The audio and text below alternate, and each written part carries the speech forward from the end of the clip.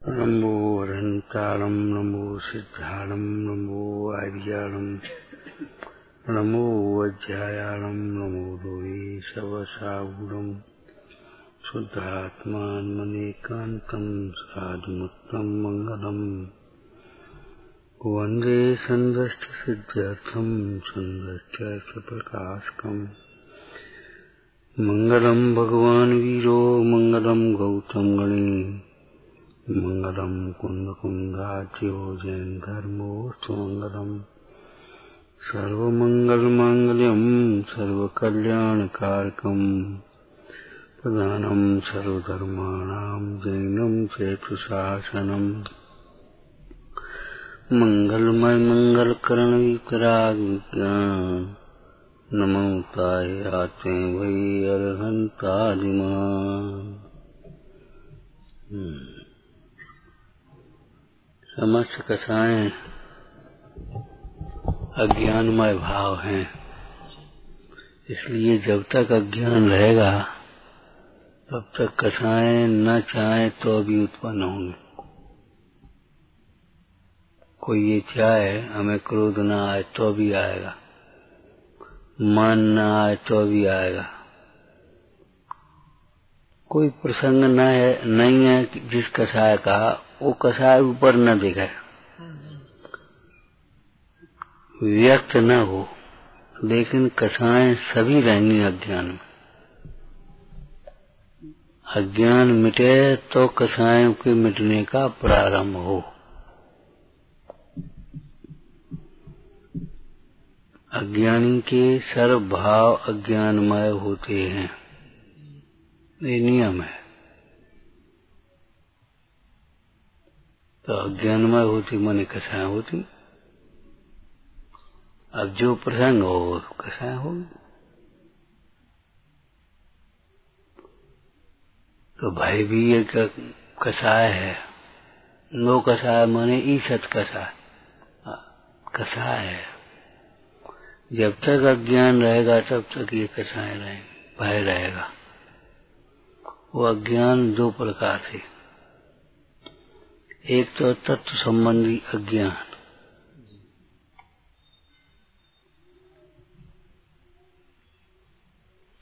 अपने को ज्ञाता स्वरूप नहीं जाना, अपने को अनादि निधन नहीं जाना। अब इसको प्रसंग के अनुसार घटाना पड़ेगा। और एक तत्व संबंधी अज्ञान, वो भी तत्व ही है। तत्व संबंधी का मतलब जिस प्रसंग में कसाय हो रही है, जैसे भय की प्रसंग में, तो जिस संबंध का भय है उस संबंधी अज्ञान।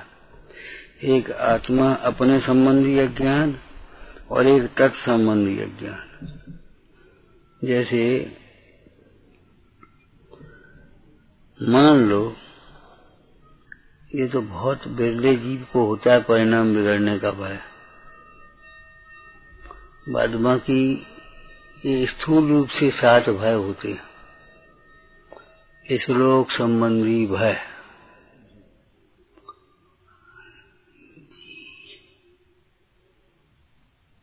इहलोक संबंधी भय का क्या स्वरूप है, बोलो।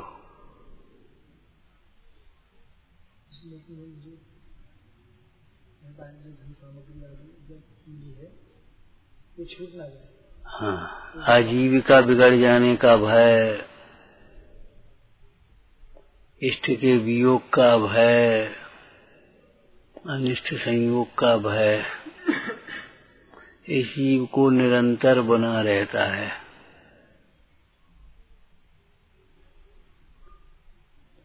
ग्रस्त भूमिका में आजीविका बिगड़ जाने का भय, आजीविका न बिगड़ जाए, आजीविका न बिगड़ जाए। अब विचारना चाहिए। वैसे तो सबकी गृहस्थी दशा है। भ्रम से अपने को मान लो विवाह नहीं किया तो त्यागी हो गया। यहाँ भी वही भय है आजीविका, हमारी व्यवस्था न बिगड़ जाए, हमारे खान पान रहन सहन स्थान पर सब जैसा का तैसा बने, व्यवस्था न बिगड़ जाए।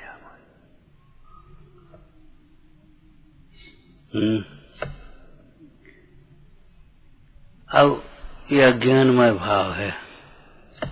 अज्ञानमय भाव का मतलब एक तो अपने संबंधी अज्ञान, तुम हो कौन, तुम्हारी आजीविका क्या है, तुम समझते हो कुछ?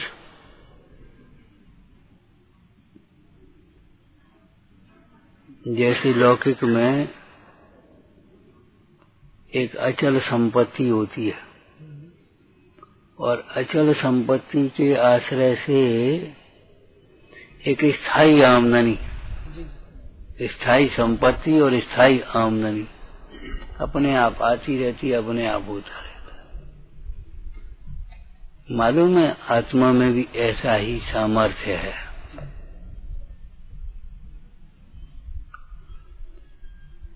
आत्मा अपने को आत्मा अनुभवते हुए अनंत काल तक सुखी रहे, ऐसी आत्मा की सामर्थ्य है। इसमें कोई बाधा नहीं, कोई अवरोध नहीं, कुछ नहीं। अब ये है आजीविका। भाई लौकिक में भी आजीविका काय के लिए होती है?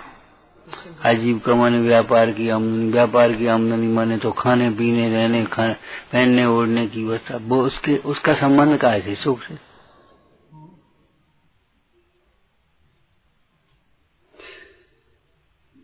इस लोक संबंधी क्या इस जीव को भय या चिंता रहती है? भाई जब महीन चाहिए तो महीन मिल जाए, गर्म मोटा चाहिए तो मोटा मिल जाए, ठंडक चाहिए तो ठंडक मिल जाए, गर्मी चाहिए तो गर्मी मिल जाए, जैसा चाहिए वैसा मिल जाए इच्छा के। अरे प्रभु, ये तो ऐसी दशा है जैसे कोई बीमार समय पर औषधि मिलती रहे और वह ये सोचे कि बस मेरे का दर्द या वेदना नहीं मिटे।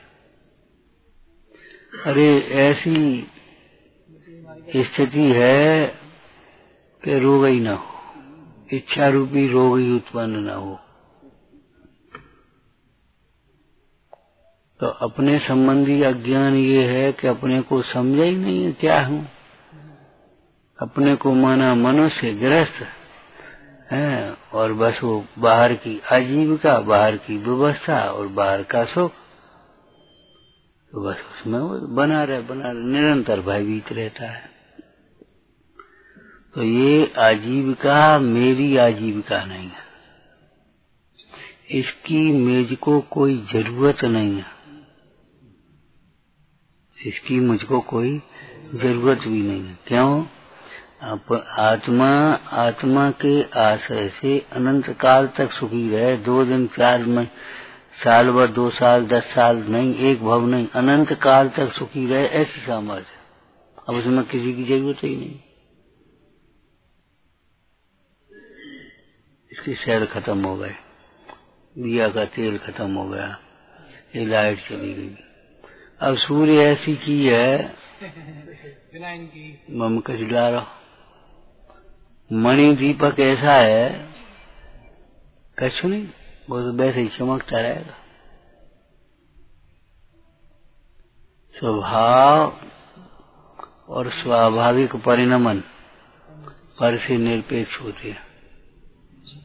तो तेरी आजीविका पर से अत्यंत निरपेक्ष है। ठीक है? अभी अपने संबंधी ज्ञान हो तो एक भय न रहे। अब रही व्यवहार की बात, तो सुनो, ये बाहर की जो आजीविका है, समय पर रोटी पानी कपड़ा मिलता जाए, रहने को जगह मिलता जाए, अनुकूलता सब व्यवस्था बनी रहे, ये सब है पुण्य के आधीन। पुण्य है भक्ति के अधीन, जिन वचनों के अभ्यास के अधीन। अब जे बना रहे तो वो बना रहे, भाई लाइट बनी रहे तो जे उजाला बना रहे। अब लाइट जाएगी तो उजाला तो जाएगा ही। अगर तुम्हारी भक्ति चली गई तो फिर आजीविका भी जाएगी, हम कुछ नहीं कर पाएंगे। इष्ट का वियोग भी होगा, अनिष्ट का संयोग भी होगा, हम क्या करेंगे इसमें? भयभीत होने से थोड़ी काम। जैसे कोई अजर हमारा आत्मा को न पहचाने और मरने से डरे, मरना यार मरोगे। जो देह को अपना मानेगा वो तो मरेगा, उसमें क्या करेंगे, उसमें कुछ नहीं हो सकता। यदि मरना नहीं है तो देह से भिन्न चैतन्य प्राण से जीने वाला अपना शाश्वत आत्म स्वरूप को देखो, पहचानो।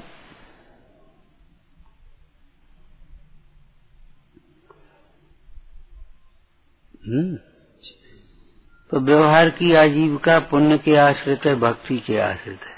इसीलिए ज्ञानियों ने कहा कि हे भगवान, जिन मार्ग के प्रति हमें अभक्ति नहीं हो, नियम सार जी जैसे परमागम्य अध्यात्म, कोई इसकी निंदा करे, कुछ भी करे, लेकिन मन में अभक्ति का परिणाम न हो, पूर्व पाप के उदय से प्रतिकूलता है, तो ये विचार न आए क्या करें हम तो धर्म ज्ञान करें जी प्रतिकूलता चाहे तो अपने घर ही भले थे, ऐसा मत सोचना।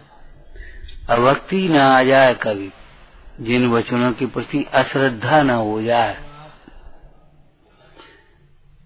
यदि भक्ति और अश्रद्धा होगी तो सारा पुण्य छीन होगा और वे संपत्तियां भी सब जाएंगे, इष्ट का वियोग होगा, अनिष्ट का संयोग होगा। जैसे सवेरे एक चर्चा लोक व्यवहार की करी थी कि जो स्त्री पति का अनादर करती है वो विधवा होती है, होगी वो तो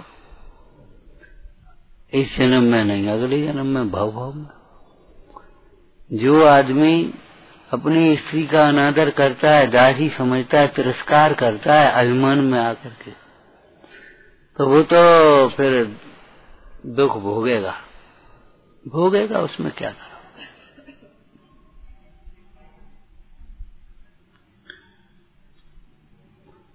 जो माता पिता का अनादर करते हैं तो वे तो अनाथ होंगे ही, उसमें क्या करें। देवदास गुरु का अनादर करते हैं, उपेक्षा करते हैं, ठीक है क्या करना, तो उनको तो देवदास गुरु फिर नहीं मिलेंगे, नहीं मिलेंगे तो नहीं मिलेंगे, ऐसे भी स्थान हैं। क्या करोगे बता। अब अपने को भूतकाल की कोई बात याद आ जाए, अरे हमने बहुत अनादर किया, तो अब हक्का होगो, घबराओ मत, घबराओ मत, वह अनादर किया, अब आदर करो। एक पुथमान योग के दृष्टांत याद है, मुंडाज निकले और उसने रूप के मद में उठा करके थूक दिया। मुंडाज तो अपने चले चले गए, पहुंचा भी नहीं उन्हें। कोई श्रावक पहुंचे तो पहुंचे, बेकार को पहुंचे, और काय से पहुंचे, उन्हें क्या लग लें। लेकिन उस स्त्री के कोल फूट पड़ा, कोल फूट पड़ा। अब बेचारी को निकाल दिया तो पेड़ के नीचे पड़ी। संयोग की बात उधर से मुंडाज निकले तो उसको एक कुछ ऐसा स्मरण सा हुआ, अरे अब चाहे वे हो चाहे दूसरे हो, से कोई मतलब नहीं है, मतलब अरे इनका अनादर किया तभी से हमें ये कोट। तो ऐसे सड़क करके आगे आई और प्रणाम करके, महाराज रक्षा करो आपकी शरण में। अरे रे प्रभु, माँ की गोद में बच्चे के लिए कब शरण नहीं है, हैं? देवदास गुरु कब शरण नहीं है हमारे लिए, शुद्धात्मा कब शरण नहीं। घोर पाप का उदय हो तो अभी शुद्धात्मा शरण है। मुंडाज ने क्या कहा, हैं? जिस रूप के मद में तूने जिन रूप का अनादर किया, अब उस कुरूपता की दीनता को छोड़कर जिन रूप का आदर कर, चिद्रूप का आदर कर, बस खत्म हो गई बात। उस चिद्रूप के आदर से, जिन रूप की भक्ति से, श्लोक सुना श्रावकाचार्य का, उच्च गोत्र काय से प्रणते, हाँ हाँ भक्ति ले हो गया, भगवंतों को नमस्कार करने से, गुरुजनों को नमस्कार करने से, अंतरंग में भीतर से ऊपर से नहीं, भक्ते वो प्रणते, बोलो उच्च ही बोलता, आगे बोलो। भोगो दाना, जो दान से है वो भोग सामग्री मिलती है, और उपासना से स्वयं पूज्य हो जाता है, पूजा प्रतिष्ठा लोक में मिलती है। भक्ति सुंदर रूपम, भक्ति से सुंदर रूप मिलता है, और स्तवन करने से यश कीर्ति, लोक में कीर्ति फैलती है। ये व्यवहार अभ्युदय रूप फल है। अब तुम अनादर किया, हमने अनादर किया, हमने उपेक्षा की, हमने विराधना करी, हमने बहुत ऐसा किया। अरे तुम कौन हो भाई? तुम तो एकालिक तत्व, एक समय की पर्याय में जो हुआ वो पर्याय भी गई है। अब प्रतिक्रमण करो, भूतकाल की पर्याय में अपना वर्तमान का उपयोग जोड़ करके मलिन मत करो। अब विराधना ना करो। हमने आत्मा को नहीं जाना, अरे अब जान ले। हमने आराधना नहीं करी, अब कर ले, कोई बात नहीं। कोई फर्क नहीं पड़ता। तो व्यवहारिक आजीविका पुण्य के अधीन है, पुण्योदय प्रमाण। ये कर्णान योग का ग्रंथ है, वो कर्णान योग का कथन। कर्णान योग से बोलो।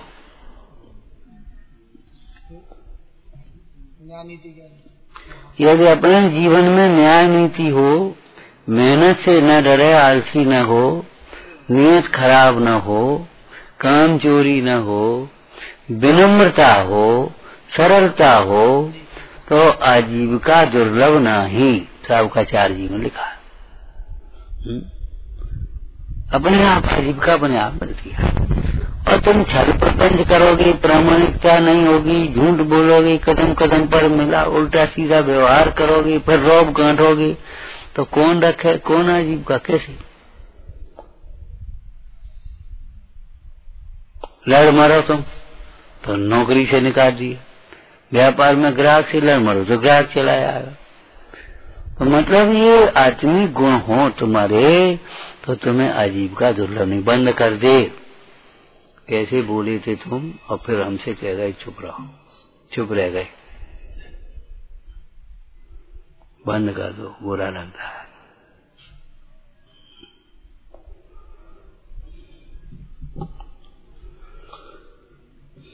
जो लिखते हो उसका उपयोग नहीं है, इसलिए हम कहते बंद कर दो। लिखते हो उसका उपयोग करो, खूब लिखो।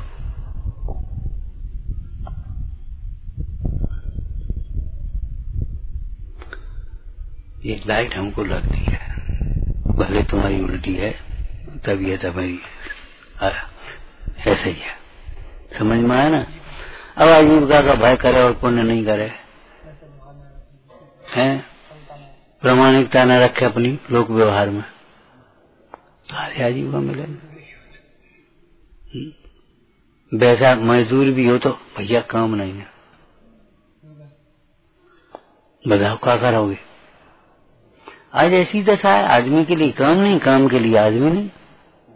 आदमी तो सही है, लेकिन आदमी के लिए काम तो था। अब वो काम करना ही नहीं चाहता, वो तो वैसे ही चाहता है सीधी कुर्सी मिल जाए। अब कहाँ से मिल जाए भैया?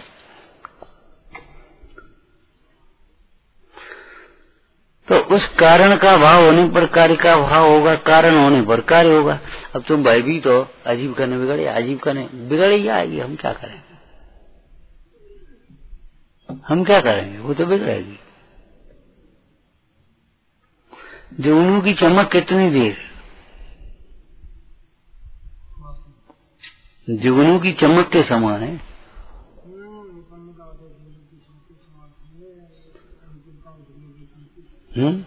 आप सोचो, समझो, विचार करो।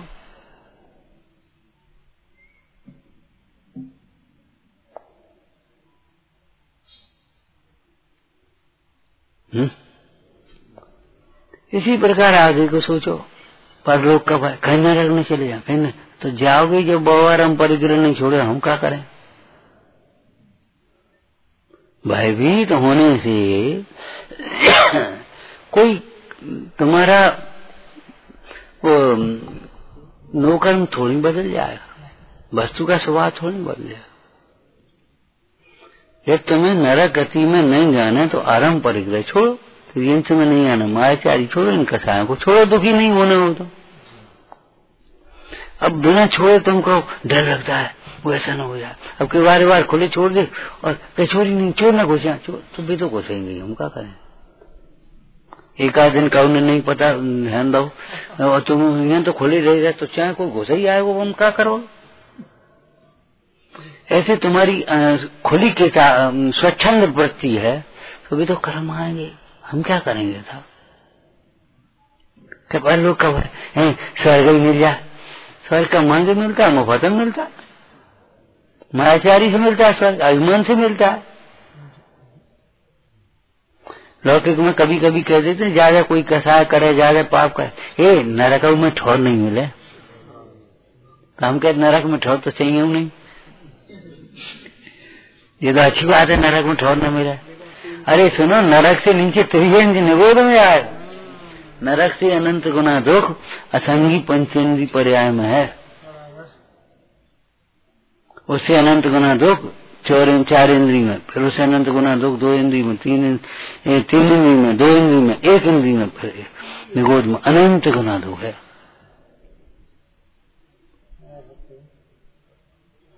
और तुम भयभीत होने से क्या कारण, कुपथ सेवन न छोड़े और बीमार न हो जाए, बीमार न हो तो बीमार तो होंगे, हम क्या करें। भयभीत होना यह दुख से बचने का उपाय नहीं है। ऐसे ही अनुकूलताओं की अभिलाषा करना यह अनुकूलताओं की प्राप्ति का उपाय नहीं है। इसलिए भयभीतपना, चिंता, ग्लानि आदि के इन दुर्भावों को छोड़कर सम्यक उपाय करना चाहिए। सुनो बड़ मन से जो चाहो अपनो कल्याण, हमें तो अपना कल्याण करना बिना सुनने नहीं हो तुम्हारी निर्वाणी की सुनना नहीं, हमें तो अपना कल्याण करना है। तो तुम 4 क्रियाओं अपनी कल्पनाओं की क्रियाओं से कल्याण कर ले हुए हैं, या शास्त्र को किताबें कहते हो तुम लोग, किताबें पढ़ के कल्याण कर ले हुए बस है। कल्याण करना है तो बेटा कल्याण करने की जो विधि है उसी से कल्याण होगा, दूसरी विधि से कल्याण नहीं होगा। कल्याण कल्पनाओं से नहीं होता, मोह छोड़ना है, कल्याण करना। आए सुनो बाबा, मन से ना निर्वाणी को स्थिर चित्त से सुनो। नहीं हम तो इकट्ठे सवरे भरते रहे और बस रटते रहे और पढ़ लिया, इतने उतने से उतार लें, इतने उतने से कर लें, विचार करो। अरे भिक्षा के भोजन से कैसे काम चलेगा भाई। मंडाल की भिक्षा वृत्ति वो अलग वृत्ति है, ध्यान रखना, वो अलग है। लेकिन अरे एक दिन थोड़ी है कि कहूं से 2 रोटी मांग लाए, कहूं से 1 सब्जी ले आए, कहूं से कछु ले आए, कहूं से कछु ले आए, चलो भैया पेट भरेगा। तो 1 दिन 2 दिन चले, वो रोज कैसे चलेगी व्यवस्था तुम्हारी। अरे बड़े सेठ की बहू ने भी तो यही कहा था, पिताजी बब्बा यहाँ तो बासी खाओ यार। ससुर सुन रहे थे, विनयवान बहू थी, सबकी सेवा में सावधान, तो गुस्सा तो नहीं आई। विनयवान और सेवावान जी, वो सेवा भाभी जी, वो उसको वो कुछ भी कहे तो उसको गुस्सा नहीं आती, उसके बाद उसके ऊपर विचार होता है, समझ में आया ना। तो ससुर साहब सोचने लगे, बोले बेटा ऐसा क्या करे, अपने यहाँ सवेरे ताजी भोजन बंद, संजाओ ताजी भोजन बंद है, सवेरे को संजाओ नहीं खबर, और तुम कह रहे हैं कि बाबा हमारे यहाँ बासी भोजन करवा। तो पिताजी जब से हम आए थे घर में दान पुण्य तो देखो नहीं, कमाओ सो एफडी बना ले, सोनू ले ले, प्लॉट ले ले, जेवर बना ले, जे कर ले बे कर ले और खा पी ले, दान पुण्य दे। ओ ससुर की समझ में आ गई, बोली बात तो सही। बस इतने से में डरा बदल गया, बुरा घर का डर ही बदल गया कि कमा करके तिजोरी में नहीं रखना है, पहले अपना हिस्सा है, अपना हिस्सा, बहन का हिस्सा भी तो पहले करो, अपना हिस्सा, बहन का हिस्सा तो सबसे पहले करो, उसमें से निकाल करके। अगर थोड़ा बहुत करेगा भी तो जहाँ अभिमान अधिक पुष्ट हो वहां करेगा, तो अब उससे क्या सिद्धि हो जाएगी। तो भय अज्ञानमय भाव है। एक तो अपने संबंधी भी अज्ञान नहीं रहना चाहिए, और तत्संबंधी माने इस भाव संबंधी अज्ञान। तो इस भाव संबंधी अज्ञान क्या है, ये क्या है, वो इस भाव को क्या कहते, परभाव क्या कहते, बताओ। शरीर संयोग है, ये है शरीर संयोग है, इनमें क्या धर्म है बताओ। और आजीविका पुण्य से होती है, अकेले पुण्य उदय से नहीं, पुण्य परिणाम भी होना, पुण्य परिणाम भी साथ। ज्ञान ज्ञानावरण कर्म के छेदों होता है, बस कर्णान योग का पक्षपात दिया, नहीं समझता। ज्ञान ज्ञान के आश्रय से होता है, वो तो ज्ञान योग का पक्षपात दिया। यादवाद का प्रयोग करो भाई, ज्ञानावरण के क्षयोपम से भी होता है, वो भी निमित्तिक कथन है, ज्ञान के आश्रय से होता है, यह भी परमार्थ कथन है, सच्ची बात है। परंतु ज्ञान का आश्रय किसको होता है, ज्ञानावरण का क्षयोपम किसको होता है, ये तो बता। अभिमानी को, आलसी को, विषयासक्त को। तो फिर ज्ञान विनय से होता है, विशुद्धि से होता है, लगन से होता है, इच्छा नहीं होगा। और परस्पर सापेक्ष होना चाहिए, निरपेक्ष होना है, मिथ्या। बिना विशुद्धि लगन के कोई ज्ञानावरण के क्षयोपम के भरोसे बैठा रहे तो कितने दिन में ज्ञान होगा। और वो तो ज्ञान के आश्रय से होता है, बस पढ़ना लिखना बंद और स्वाध्याय बंद, बिना भक्ति बंद, कुछ नहीं, वो तो ज्ञान के आश्रय से होता है, स्वच्छंद प्रवर्तक, कितने दिन में ज्ञान होगा। बात तो सही है, लेकिन ज्ञान का आश्रय भी चाहे किसी को तो नहीं होता। अभिमानी को ज्ञान का आश्रय नहीं होता, आलसी को अभिमानी ज्ञान का आश्रय नहीं होता। विचार करो, प्रमादी को ज्ञान का आश्रय नहीं होता, नहीं होता।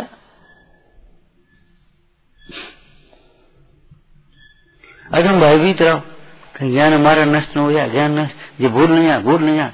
बहुत से ऐसे होते हैं, रटते हैं, अब भूल ही जाओगे तो सब बिना समझे रट रहे हो। आज रट करके तुम लिखे आए, परीक्षा में पास भी हो गए, तो भी भूल, कल भूल गई, इसमें क्या करोगे। अगर उसका भाव समझोगे, उसके ऊपर विचार करोगे तो नहीं भूलोगे, नहीं तो भूल ही जाओगे। हम भूल नहीं जाए तो भूलोगे। तो अज्ञानी जीव योग्य विचार तो नहीं करता, योग्य उपाय तो नहीं करता, और बस भयभीत रहता, डर लगता है। विचार का डर लगता है, झूठ बोलता है, जो चाहूंगा दुखते डरे तो तय सब प्रभाव। अगर डर लगता है तो प्रमाद छोड़ दो, अभिमान छोड़ दो, और फिर आ जाओ मैदान में। डर लगता हो तो बताओ, फिर डर नहीं लगेगा। मायाचारी छोड़ दो, और फिर तुम्हें डर लग जाए तो हमसे कहना। तत्व ज्ञान का अभ्यास करो, और इस अभिमान को, मायाचारी को, लोभ को, अपने स्वार्थ को, इन सारी दुर्भावों को छोड़ दो। अब फिर भय लग जाए तो हमसे कहना।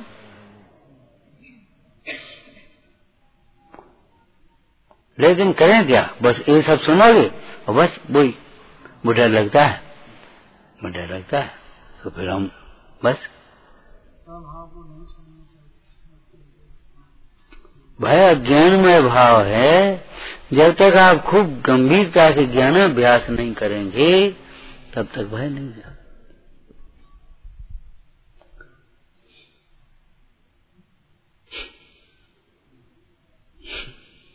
विचार करो, हमारे यहाँ चिकित्सा विज्ञान में क्या है, निदान परिवर्जनम चिकित्सा, ऐसा है। रोग के कारण का परिवर्जन करना, दूर करना, ये चिकित्सा काम है। रोग के कारण को दूर नहीं करें तो चिकित्सा मिथ्या, कोई मतलब नहीं। अरे ये तो तुम तो रोज स्वाध्याय कर रहे, पढ़ रहे, सुन रहे, विचार करो भी गुरु चेला ही, चेला जल्दी चल, डर लगता है, डर लगता है। तो मैंने सोची कछू है या पुटरिया, उठा करके पटक दिया, फिर उन्होंने वही टीना बनाई कि डर लगता है। बाबा जी अब आराम से चलो, अब कोई डर की बात नहीं है, डर तो हम कुआं में पटक गया।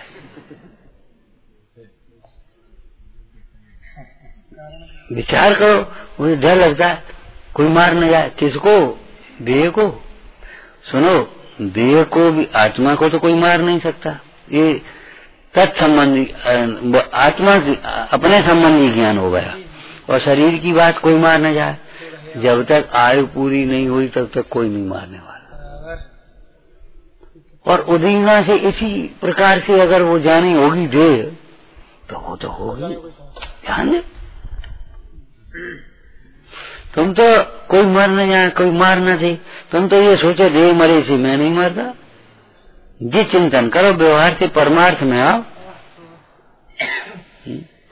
भैया जो नेक्सी है, नेक्स्ट बच्चा यानी ऐसी ऐसी सुनाई हमें, कौन को तुम हो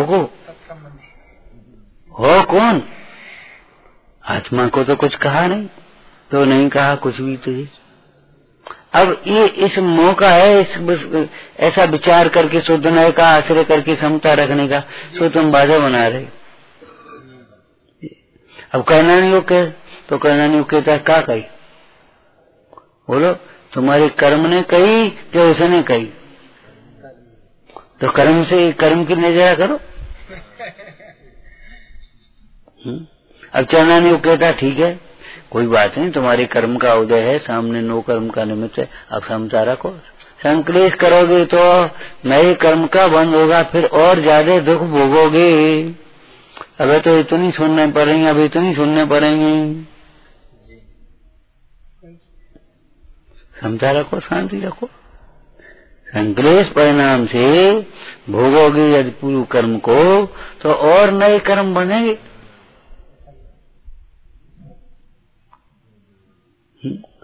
कहना नहीं हो क्या कहता है? वो कहना नहीं हो सही क्यों नहीं जिया रहा। और प्रथमानी हो क्या कहता है? क्या कहीं तुमसे कछु नहीं कहीं। पढ़ो आक्रोश वचन परिचय, पढ़ो पुराने 22 परिचय में से पढ़ो।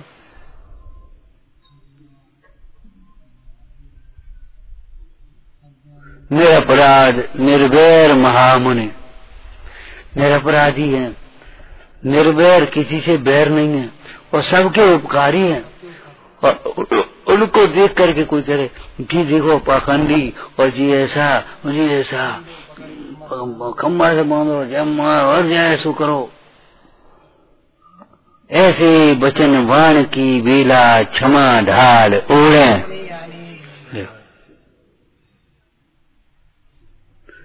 तुमसे क्या कही? कछु तो नहीं कही।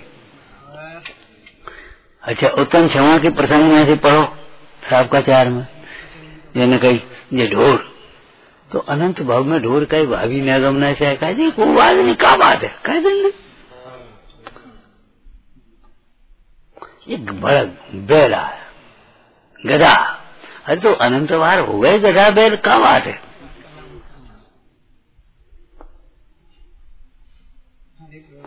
और हमने किसी से ऐसे बोला होगा? सो आज हमको ताको जो उदय आयो, नाना विधि मोहे सतायो। देख अब क्या करोगे?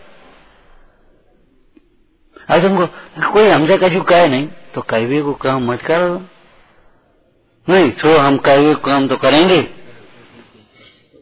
धीरे सुनेंगे नहीं, और जो से कोई बोल जो से न कह दी सो हम बस देखो भाई, तो हम नहीं करें, हमसे कोई कहे नहीं, हमें कोई टोके नहीं, तो तुम टोकवे को काम नहीं करो। कहना नहीं हो ये कहता है, क्यों टोकेगा? जब तुम परीक्षा भवन में बैठे ऐसे अपने लिख रहे आराम से, तो वो तुम्हारा जो निरीक्षक है वो काय को टोकेगा तुम? और तुम इधर उधर देख रहे हो, नकल निकाल के धरे हो, कोई हमसे कछु कहने का दादागिरी तुम्हारी।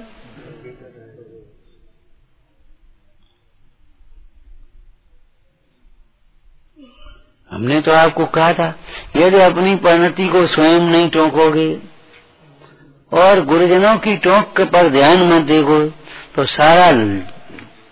सारा जगत तुम्हें टोकेगा, जहां जाओगे तो टोकोगे। तुम चले ये कैसे बैठे थे, ये कैसे खाते, ये कैसे बोलते हैं, ये कैसे पहन रहे। अगर जिनवाणी जैसे कहती है, जिनवाणी की टोक पर ध्यान नहीं दिया, गुरुजनों की टोक पर ध्यान नहीं दिया, तो सारी जिंदगी तुम्हें सारा जगत टोकेगा जहां जाओ। तो जो तुम्हें भय लगता है, उस भय की मीमांसा कर लो, विश्लेषण करो, भेद ज्ञान करो, तत्व ज्ञान करो, वहां लगा करके उसके स्वरूप को विचारो, अपने स्वरूप को विचारो और उसके स्वरूप को विचारो, तब तुम्हारी समझ में आ जाए क्या हो रहा। उस स्थान पर अपने को रख करके देखो। सावकाचार में कैसी बढ़िया बात लिखी, अपने से कोई अपराध हुआ हो और कोई कह रहा हो तो क्या विचार करे, ठीक ही तो कह रहा है, सही तो कह रहा है भाई, हमारा अपराध है तो हमसे अगर डांट रहा तो सही तो कह रहे, और अपराध नहीं है और कह रहा है तो हमारा उदय। मतलब हर परिस्थिति में अपनी ओर लगा। अब तुम्हें फिर भय हो करके, भय हो तो हमें बताना। इसलिए 7 भयों के चिंतन को यहाँ अपने जीवन में लगाना चाहिए। है? अकस्मात कुछ होता ही नहीं, या भाव में दूसरी वेदना होती ही नहीं, आत्म संपदा को चोर चुराते नहीं, मेरे गुप्त असंख्यात प्रदेशी आत्म किला में कोई दूसरे का प्रवेश होता है। बोलो, ज्ञान के अतिरिक्त दूसरी कोई वेदना, आगत वेदना उसमें आती नहीं, वेद वेदक भाव वेद होते हैं। अब बोलो तत्संबंधी हो गया, क्या है ये? तत्संबंधी ज्ञान। और आज अपने संबंधी ज्ञान क्या है? निसंशय सततम स्वयं सहजम ज्ञानम सदा विंदति। ले अब भाई बताओ कहां से होगा? 2 चिंतन आए, एक तत्संबंधी चिंतन और एक अपने संबंधी चिंतन। जैसे माथे में दर्द होता है, आंख में पीड़ा होती है, कान में तकलीफ होती है, तो एक तो स्थानीय प्रयोग और एक पूरा शोधन। स्थानीय प्रयोग हुआ होता है ना, भाई यहाँ मल्लम लगा दो, यहाँ ये पूरा हुई। लेकिन अगर तुमने भीतर का शोधन नहीं किया तो ये ठीक कर पाओगे तो यहाँ हो जाओ, यहाँ ठीक कर पाओगे तो यहाँ हो जाओ ना। तो स्थानीय प्रयोग भी करते हैं और संपूर्ण का भी शोधन करते हैं, तब वो रोग जड़ से मिटता है। अकेले स्थानीय प्रयोग से नहीं, ऐसे तत्संबंधी तात्कालिक चिंतन से थोड़ा भय कम हो जाता है, लेकिन आत्मचिंतन से, आत्मज्ञान से भय का संपूर्ण अभाव होता है। इसलिए तत्संबंधी तात्कालिक चिंतन करके वहां के द्वेष बुद्ध परिणाम को छोड़ना चाहिए। और स्थायी व्यवस्था अब क्या है कि बस अपने आत्म स्वरूप का विचार करते हुए निसंशय सत्यम स्वयं सहजम ज्ञानम सदा बिंद। ये पूरे सातों में क्या है? कॉमन, पूरी एक है। बाद बाकी तत्संबंधी चिंतन आगे अलग अलग है सब। अकस्मात भय में कि अकस्मात कुछ होता ही नहीं, स्वभाव में कुछ होता नहीं, और पर्याय क्रमबद्ध होती है, अकस्मात कुछ नहीं होता। ये अकस्मात आ गए, अरे अकस्मात नहीं आ गए, भगवान से पूछो, भगवान के ज्ञान में अकस्मात नहीं आ गए। ये अकस्मात बीमारी आएगी, ऐसी परिस्थिति अकस्मात नहीं बनती, उसके साथ में क्रम 5 संभाए उसके पूरे के पूरे लगे। ऐसे चिंतन करोगे तो काम बन जाएगा। समझ में आया ना? कसाएं अज्ञानमय भाव हैं, इसलिए कुसंगति को छोड़कर खूब ज्ञानाभ्यास करना चाहिए। ज्ञानाभ्यास करने से ये कसाएं स्वयं पहले तो जो उत्पन्न हुई तो बुरी लगने लगेंगी, भिन्न लगने लगेंगी, हे लगने लगेंगी, बुरी हे भिन्न सब मिलते जुलते शब्द हैं लेकिन अलग अलग अर्थ हैं। बुरी लगना अलग बात है, हे लगना अलग बात है। ज्ञानी को बुरी लगती है, द्वेष बुद्धि खड़ी होती है अज्ञानी को, और ज्ञानी को हे लगती है, छोड़ने जो लगती छोड़, और भिन्न लगती है स्वभाव के आशय से देखो तो भिन्न लगती है, और भिन्न लगती है तो छूटती है। ऐसे विचार करो। ज्ञानमय भाव हैं, ज्ञानाभ्यास के बिना नहीं मिटेंगे। और ज्ञानाभ्यास माने शुष्क रटाई पढ़ाई नहीं, वस्तु स्वरूप का ज्ञान, निर्णय और वस्तु स्वरूप की बारंबार भावना। ओम नमः। निशोध स्वरूपी अविनाशी में आत्म स्वरूप है, आनंदी शोध स्वरूपी अविनाशी में आत्म स्वरूप, आनंदी शोध स्वरूपी अविनाशी में आत्म स्वरूप। हे जिनवाणी भारती तो ही जपो दिन में, जो तेरी शरण आ गए तो पावे सुख वाणी के जानते सूझे लो कालो, सो वाणी में सके नमो सदा दे तुम हो।